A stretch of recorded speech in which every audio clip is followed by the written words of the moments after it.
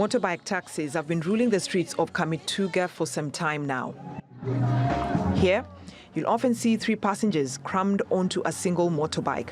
But with the arrival of the deadly mpox virus, this transportation system is turning out to be a super spreader of infection.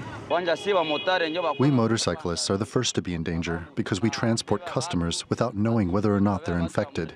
You can also transport a sick person without knowing they have mpox. We really are at risk, which is why we try to wear long-sleeve jackets to limit physical contact. It's very important that we get the vaccine to protect us, especially motorcyclists and our families.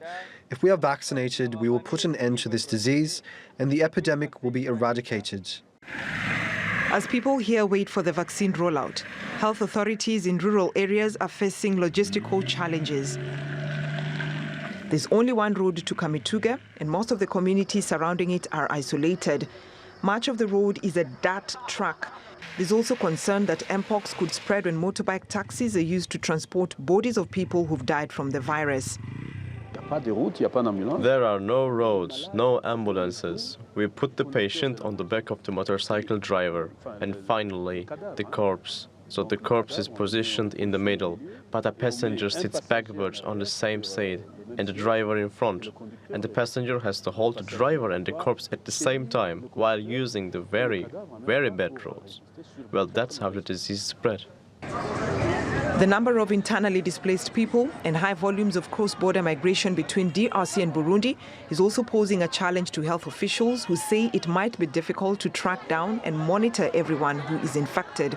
As you know, we are facing a security situation which is very critical in the eastern part of our country.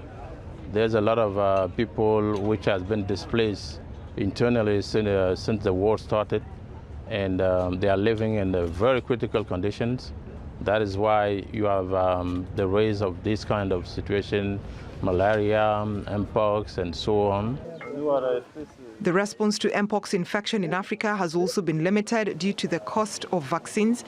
But to increase availability, UNICEF has signed a deal with the manufacturer to cut the cost from $100 a dose to $65.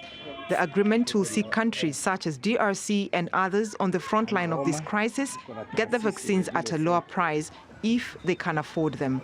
Brenda Radido, TRT World.